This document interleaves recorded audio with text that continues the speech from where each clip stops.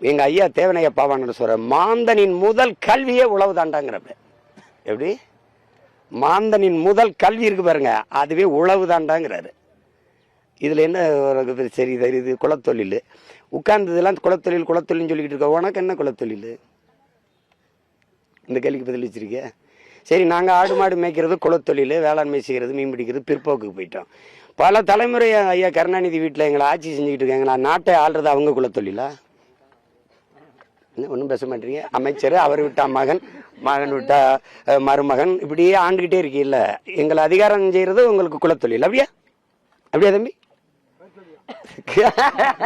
அவன் என்ன தம்பி சொல்லு. குறிப்பா ஒவ்வொரு போராட்டமே மிக வித்தியாசமான முறையில பண்ணிக்கிட்டு இருக்கீங்க. அடுத்த கட்டமா இந்த வித்தியாசம் இல்ல, மண்ணை மக்களை நேசிக்கிற எந்த மகனும் செய்ய வேண்டிய ஒரு அடிப்படை கடமை இது. நீங்க மரத்திற்கு மாநாடு போடுறாருன்றாங்க. உங்களுக்கு மரம்னா என்னன்னு தெரியும்ல?